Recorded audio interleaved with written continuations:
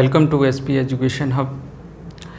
Today we will discuss about the exercise 4.2. तो exercise 4.2 में क्या इससे पहले मैं कुछ प्रॉपर्टीज़ आपको बता चुका हूँ लास्ट वीडियो में। तो आप जिसने भी वो वीडियो नहीं देखा तो प्लीज़ आप देख लीजिएगा, तभी आपको ये एक्सरसाइज समझ में आएगी।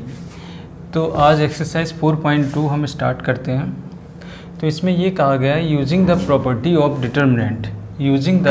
Of determinants and without expanding in exercises 1 to 5 prove that. तो मतलब 5 क्वेश्चन आपको दे रखे हैं इस एक्सरसाइज में, जो आपको प्रॉपर्टीज़ के थ्रू सॉल्व करने हैं। इनको एक्सपेंड नहीं करना है, प्रॉपर्टीज़ के थ्रू इनको सॉल्व करना है। तो इसमें फर्स्ट क्वेश्चन में ये कहा गया, ये आपको डिटरमिनेंट दे रखा है लेफ्ट हैंड साइड में और राइट हैंड साइड में 0 है, तो आपको 0 के इक्वल इसकी वैल्यू प्रूव करनी है। तो देखिए कैसे करते हैं। अच्छा, एक चीज़ और, जैसे मैट्रिक्स में हम बताते थे, मैट्रिक्स में हम सॉल्व करते थे कि अगर रो ऑपरेशन हम लगा रहे हैं, रो में लगा रहे हैं तो रो में ही लगाएंगे, और कॉलम में अगर लगा रहे हैं तो कॉलम में ही ऑपरेशन लगाएंगे। मतलब दोनों, ऐसा नहीं कि एक में रो लगा दिया फिर कॉलम में लगा दिया, ऐसा नहीं करते हैं। मैट्रिक्स में हम ये नहीं करते थे, लेकिन बट डिटरमिनेंट में क्या है, डिटरमिनेंट में हम ये कर सकते हैं कि आप इसमें रो में लगा दो ऑपरेशन, उसके बाद अगर हमें ज़रूरत है कॉलम की तो कॉलम में भी हम ऑपरेशन लगा सकते हैं। तो आप देखिए यहाँ पे क्या है कि अब आपने एक प्रॉपर्टी पढ़ी थी कि 2 रो या 2 कॉलम को आइडेंटिकल कर दो, उसके करस्पॉन्डिंग एलिमेंट्स जो होंगे वो सेम हो जाएंगे, तो उस कंडीशन पे क्या होगा, उसकी वैल्यू 0 हो जाएगी। अगर हम ऐसा करें, देखिए, या तो हम ये करें कि C3 जो कॉलम है उसमें हम माइनस इसको कर दें, तो x/z यहाँ पे बन जाएगा और यहाँ पे x/z आ जाएगा, तो इसकी वैल्यू 0 हो जाएगी। प्रॉपर्टी के अकॉर्डिंग इसकी वैल्यू 0 हो जाएगी, क्योंकि 2 आपकी कॉलम आइडेंटिकल हो गए। या आप ऐसा करिए कि इसको यहाँ पे प्लस कर दीजिए, इसको मान लीजिए प्लस कर देते हैं। तो आप देखिए, जैसे ABC है, मान लीजिए हम इसको C1 को हम रिप्लेस कर रहे हैं C1 प्लस C2, ये ऑपरेशन लगा दिया, ऑपरेटिंग C1 प्लस, मतलब C1 को चेंज कर रहे हैं C1 प्लस C2 में। तो क्या आ जाएगी कंडीशन, ये C1 आ जाएगा x plus a, y plus b, then z plus c, then ABC, x plus a, y plus b, z plus c। तो आप देख रहे हैं कि ये आपका first column and third column are identical, C1 and C3 are identical,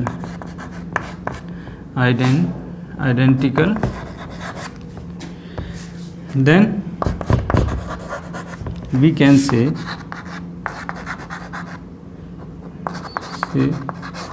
by using property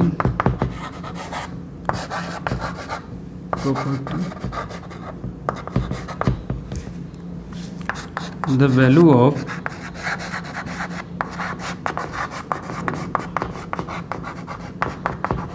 determinant is 0, ये हो जाएगा। तो आपका ये फर्स्ट क्वेश्चन आपका कंप्लीट हो गया। तो इसकी वैल्यू आपकी आ जाएगी 0, ये आपकी राइट हैंड साइड हो गई, इसकी वैल्यू 0 आ गई। तो left hand side is equal to right hand side हमने ये प्रूव कर दिया। तो आई थिंक आपको ये फर्स्ट क्वेश्चन समझ में आ गया होगा। उसके बाद सेकेंड क्वेश्चन में क्या करें हम, सेकेंड क्वेश्चन में देखिए, इसमें हम आप चाहो रो को ले लो या कॉलम के ले लो, बहुत सारे तरीके हैं इसको सॉल्व करने के। तो देखिए कैसे करेंगे इसको। लेफ़्ट हैंड साइड मैंने यहाँ पे लिख ली है।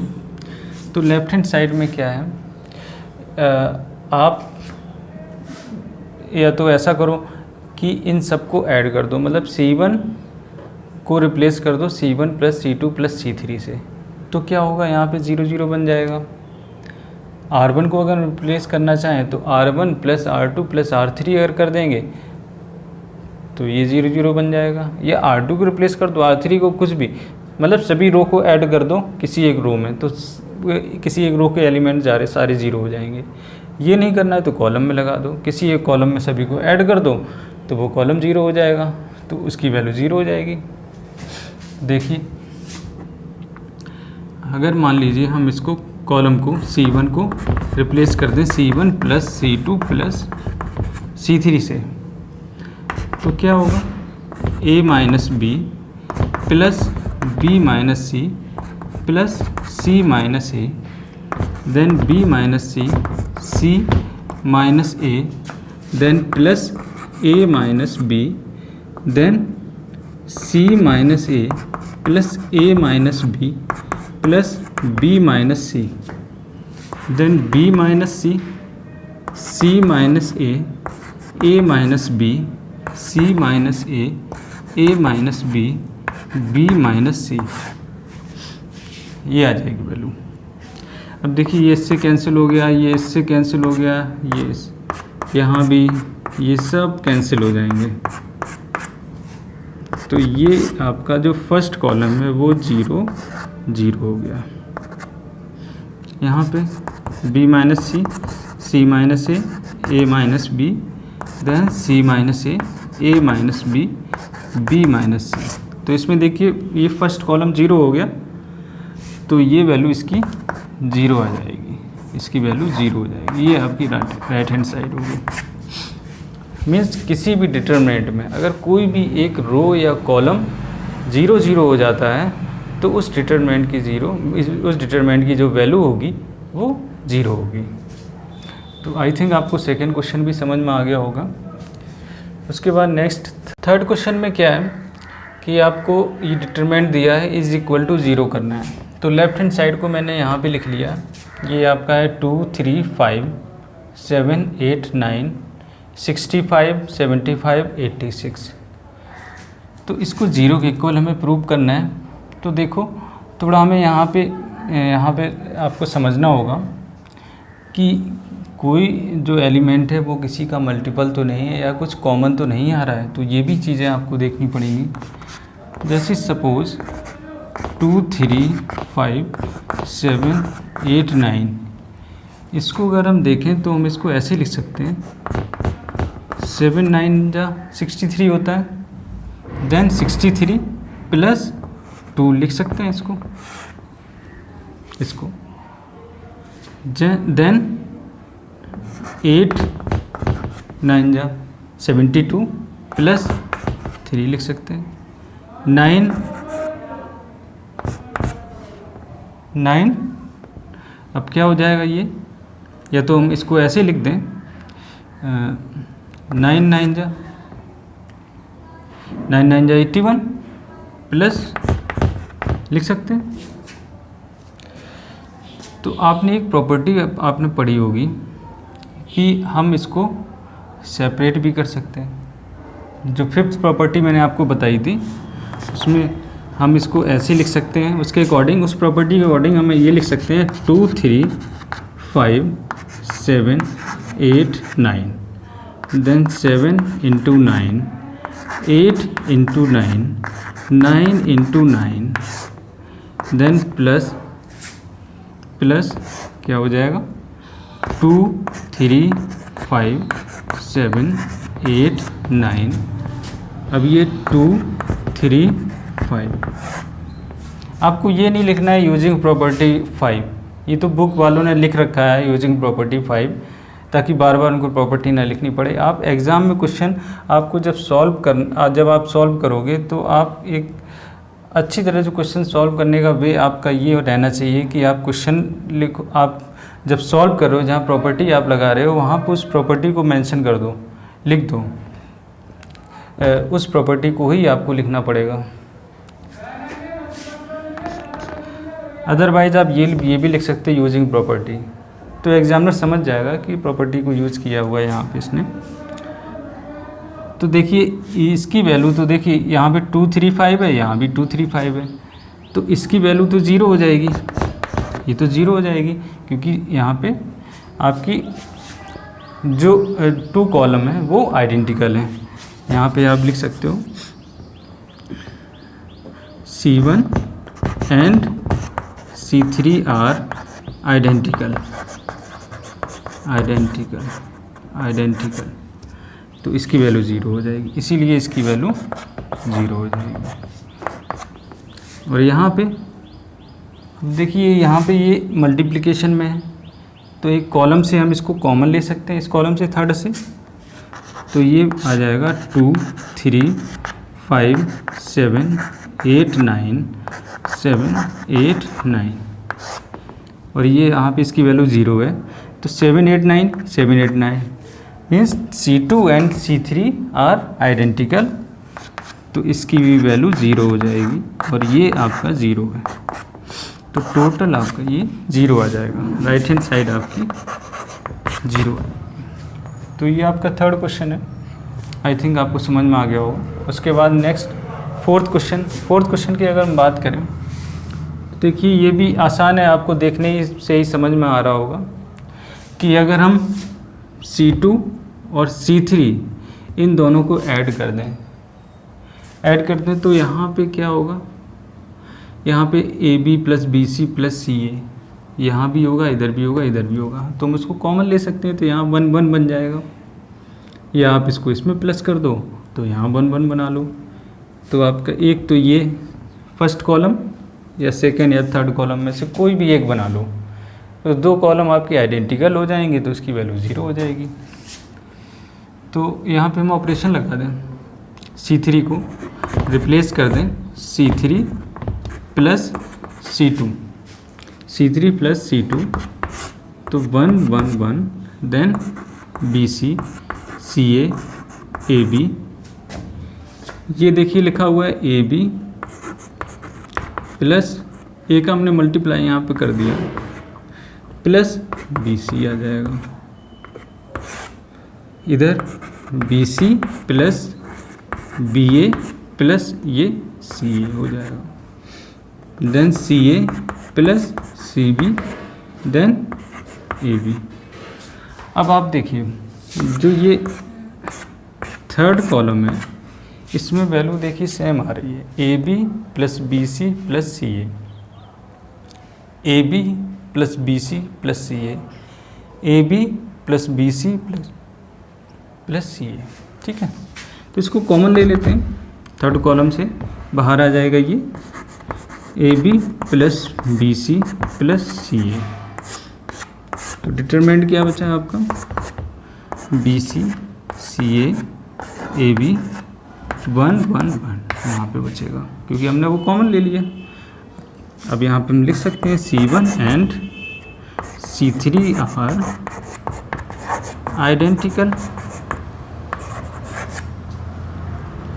तो इसकी वैल्यू हो जाएगी AB plus BC plus CA, इसकी वैल्यू तो 0 आ गई, तो ये टोटली 0 आ जाएगा, ये राइट हैंड साइड आपकी आ जाएगी। ये फोर्थ क्वेश्चन आपका कंप्लीट हो गया। उसके बाद नेक्स्ट फिफ्थ क्वेश्चन हम सॉल्व। क्वेश्चन में देखिए क्या कहा गया है, इसमें भी left hand side equal to right hand side आपको प्रूव करना है। लेफ्ट हैंड साइड में आपको लिखा हुआ है B plus C plus A plus B Q plus R plus P then P plus Q Y plus Z plus X plus Y। ये left hand side में डिटरमिनेंट आपको दिया हुआ है, तो मैंने लेफ्ट हैंड साइड में ये लिख लिया। अब आपको ये एलिमेंट इस तरह का डिटरमिनेंट लाना है, तो आप देखो यहाँ पे कुछ इस तरह के एलिमेंट सिंगल एलिमेंट हैं A P X P B Q Y C R Z। तो इससे हमें इसको कन्वर्ट करना है, राइट हैंड साइड लानी है। तो हमें सबसे पहले हम क्या कर सकते हैं, इसमें अगर डिटरमिनेंट में देखें तो किस तरीके से हमें इसको सॉल्व करना चाहिए।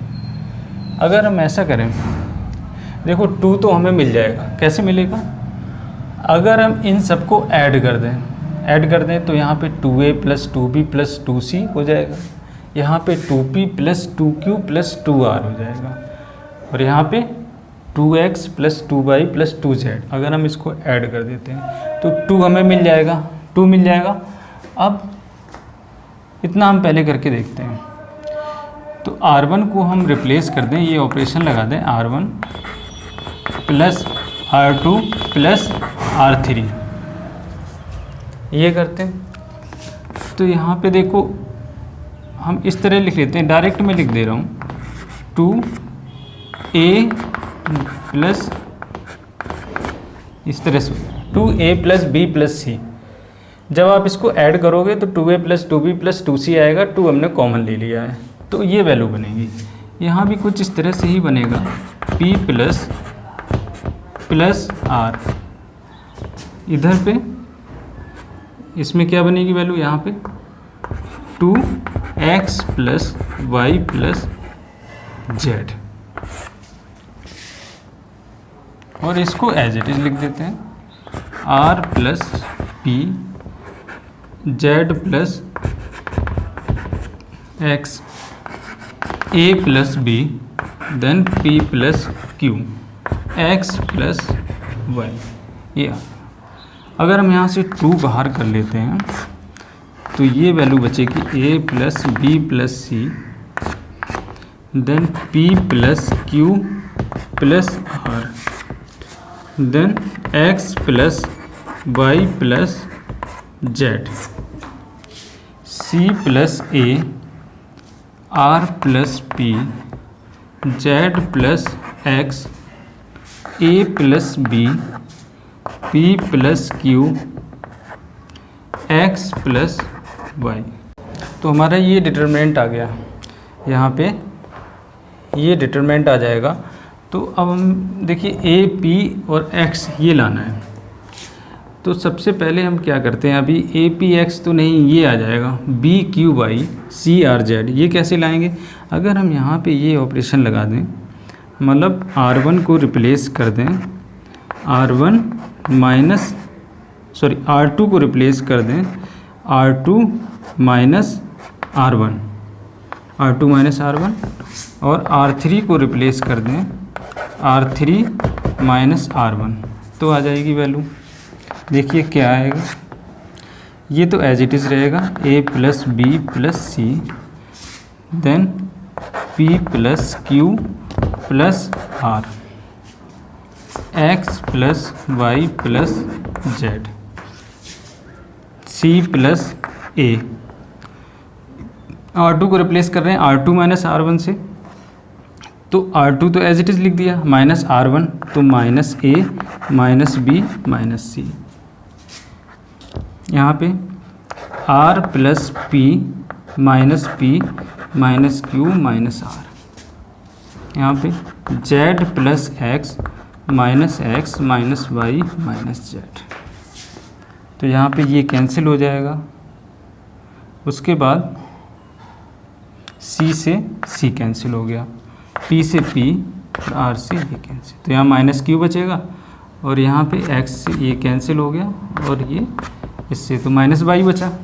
अब देखिए a plus b minus a minus b minus c, r3 minus r1 कर रहे हैं, तो अब देखिए p plus q minus p minus q minus r,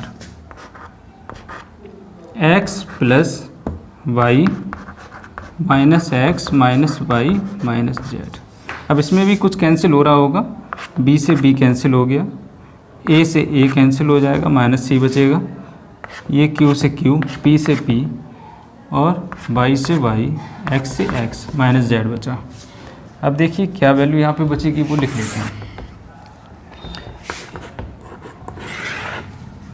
2a plus b plus c then p plus q plus r, x plus y plus z minus b minus b, और आपका क्या बचेगा minus q, minus b minus q, और यहाँ पे minus y।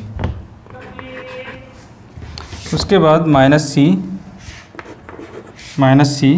Minus r then minus z, ये आ गया। अब हम एक ऑपरेशन यहाँ पे ये लगा सकते हैं कि R1 को रिप्लेस कर दें R1 plus R2 plus R3 से। तो ये दोनों R1 प्लस R3 ये दोनों ऐड होंगे या जाके इसमें, तो B और C कैंसिल हो जाएगा, तो यहाँ पे A बचेगा, यहाँ पे P बचेगा, यहाँ पे X बचेगा। तो 2APX then minus B minus Q minus Y minus C minus R minus Z, ये आ गया। अब देखिए सेकेंड रो से माइनस कॉमन आ सकता है, -1 कॉमन ले सकते हैं, यहाँ से -1 कॉमन, तो ये -1 स्क्वायर इंटू 2, ये हो गया स्क्वायर, यहाँ से -1 ले लिया, यहाँ से -1, देन APX BQY CRZ, तो -1 का स्क्वायर 1 हो जाएगा, तो 2APX BQY CRZ, यही आपकी राइट हैंड साइड है। APX BQY CRZ, तो ये आपकी राइट हैंड साइड आ गई। ये आपका इम्पोर्टेंट क्वेश्चन था, तो आई थिंक आपको समझ में आ गया होगा, अच्छा क्वेश्चन है ये। अब उसके बाद नेक्स्ट 6 क्वेश्चन सॉल्व करते हैं। क्वेश्चन में क्या बोला है कि आपको एक डिटरमिनेंट दिया है =0, प्रूव करना है by using property 0A minus B minus A 0 minus C B C 0। तो इस तरह से आपको दिया हुआ है, तो इसको मान लेते हैं ये डेल्टा है, ये वैल्यू आपकी डेल्टा इक्वल इक्वेशन नंबर 1, इसको मान लो 1 मान लेते हैं। अब क्यों मान रहे वो आगे आपको पता चल जाएगा। अब देखिए हम ऐसा करें, इसमें से हम कॉमन ले लें, कुछ कॉमन ले सकते हैं, -1 तो एटलीस्ट ले सकते हैं कॉमन। इसमें से फर्स्ट रो से -1 कॉमन ले लेते हैं, इसमें से -1 और इसमें से -1, तो -1 का होल क्यूब आ जाएगा बाहर, ये तो 0 ही रहेगा। यहाँ पे पॉजिटिव वैल्यू है तो माइनस की हो जाएगी, -A।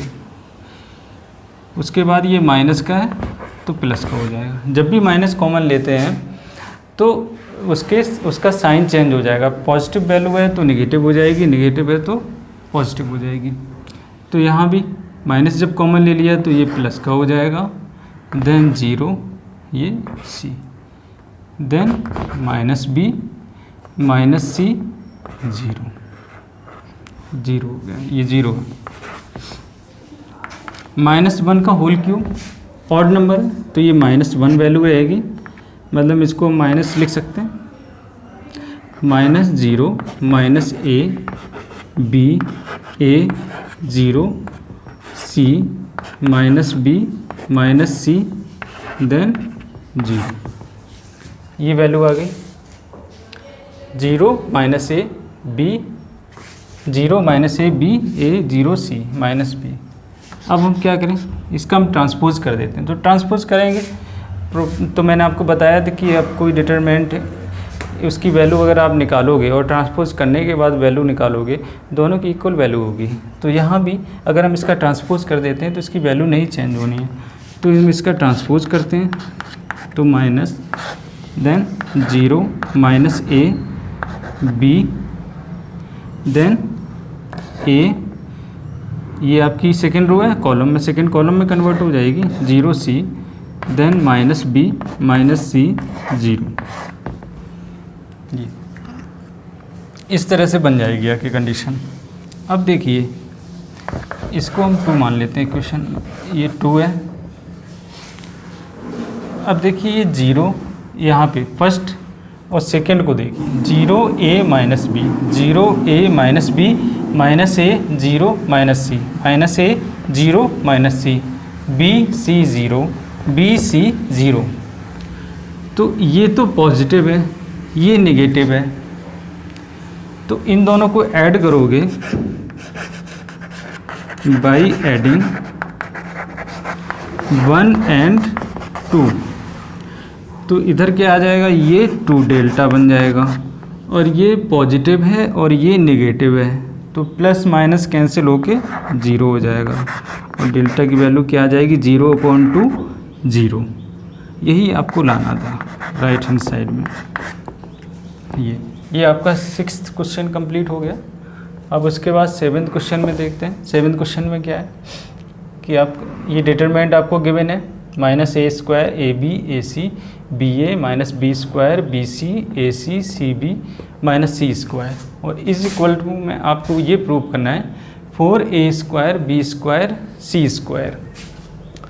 तो देखिए प्रॉपर्टी के अकॉर्डिंग, बाय यूजिंग प्रॉपर्टी हम इसको कैसे सॉल्व करेंगे। अगर हम यहाँ से देखिए हमें ABC कॉमन लाना है, तो कैसे कॉमन लाएं। अगर हम फर्स्ट रो से A कॉमन ले सकते हैं, सेकेंड रो से B कॉमन, थर्ड रो से C कॉमन। तो फर्स्ट रो से हमने क्या कॉमन लिया A, सेकेंड रो से B, थर्ड रो से C कॉमन ले लिया।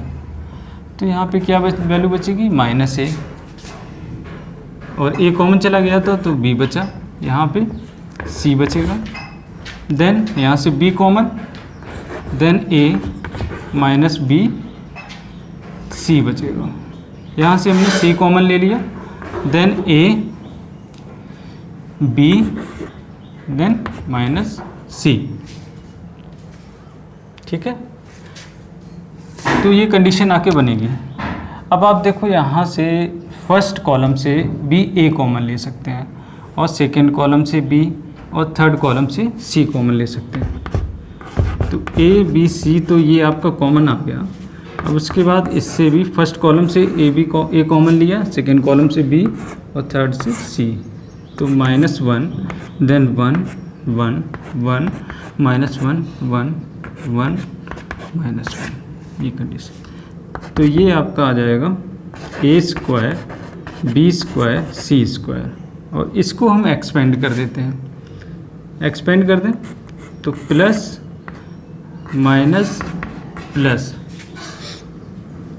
एक्सपेंड करेंगे तो क्या वैल्यू आ जाएगी यहाँ पे -1 1 1 1 -1, उसके बाद -1 और क्या एलिमेंट बचेंगे 1 1 1 -1 1 1 +1। इसमें देखो 1 1 -1 1। आप इसको चाहो तो और भी सॉल्व कर सकते हो। आप चाहो तो यहाँ पे इसको ऐड कर दो, मतलब C1 को रिप्लेस कर दो C1 + C2 में, तो यहाँ 0 बन जाएगा। कुछ इस तरह और भी प्रॉपर्टी मतलब ऑपरेशन लगा के यहाँ पे आप सॉल्व कर सकते हो और 0 बना सकते हो। मैंने डायरेक्ट एक्सपेंड कर दिया, आप जैसे करना है आंसर आपका वही सेम आएगा। a² b² c², ये -1 यहाँ पे 1 -1 हो जाएगा, -1 और ये -1 और यहाँ पे -1 +1 1 +1, ये आपका 0 हो जाएगा। a² b² c² -1 -2 +1 2, a² b² c² minus minus +2 आ जाएगा, +2 2 + 2 4, तो 4a² b² c², ये आपकी राइट हैंड साइड हो गई। तो ये 7th क्वेश्चन आपका कंप्लीट हो गया।